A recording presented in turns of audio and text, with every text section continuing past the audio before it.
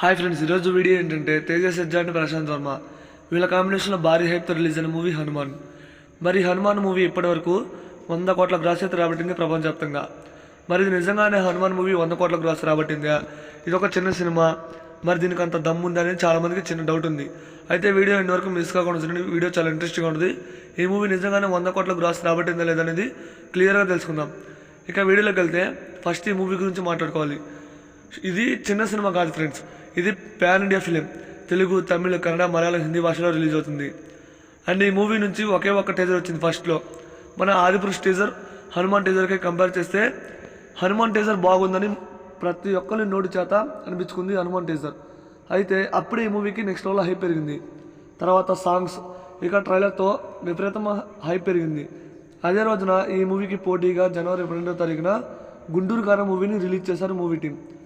అయితే ఒకరోజు ముందు అంటే 11వ తారీఖు హనుమాన్ మూవీ ప్రీమియర్ షోస్ అయితే వేశారు. అప్పటి నుంచే మూవీకి ఫుల్ పాజిటివ్ టాక్ వచ్చింది ఫ్రెండ్స్. మూవీ చాలా బాగుంది, ఆ విజువల్ ఎఫెక్ట్స్, ఆ సీజీ వర్క్స్, గ్రాఫిక్స్ అన్నీ బాగున్నాయి. అండ్ బ్యాక్గ్రౌండ్స్ కూడా అదిరిపోయింది, స్టోరీ కూడా బాగుంది. అండ్ క్లైమాక్స్లో రాముడికి హనుమంతుడు ఒక మాట ఇస్తాడు. ఆ మాట ఏంటి అనేది పార్ట్ 2 పై నెక్స్ట్ లెవెల్లో హైప్ పెరిగింది. ఎలాగంటే మన కట్టప్ప బాహుబలిని ఎందుకు చంపాడు అని ఎలాగైతే మనకి ట్విస్ట్ ఇచ్చారో, అలాగే ఇక్కడ రాముడికి హనుమంతుడు ఎందుకు మాట ఇచ్చాడు, ఆ మాట ఏంటి అనేది ఒక ట్విస్ట్ లాగా మారిపోయింది. ఇప్పుడు సోషల్ మీడియాలో తెగ వైరల్ అవుతుంది. అండ్ పార్ట్ 2 కూడా ఉంది, జై హనుమాన్. ఇక ఆ మూవీపై నెక్స్ట్ లెవెల్లో హైప్ ఉంది ఫ్రెండ్స్. అయితే ఆ మూవీ 2025లో రిలీజ్ అవుతుంది. మరి ఈ మూవీ నిజంగానే 100 కోట్ల గ్రాస్ రాబట్టిందంటే నిజంగానే 100 కోట్ల గ్రాస్ అయితే రాబట్టింది ఫ్రెండ్స్. ప్రీమియర్ షోస్ నుంచి ఈ మూవీకి ఫుల్ పాజిటివ్ టాక్ వచ్చింది. ఇప్పటికీ చాలా చోట్ల హౌస్ఫుల్ బోర్డు పడ్డాయి. రేపు కూడా హౌస్ఫుల్ బోర్డ్స్ అయితే పడుతున్నాయి ఫ్రెండ్స్. హనుమాన్ మూవీకి అలా క్రేజ్ మారింది.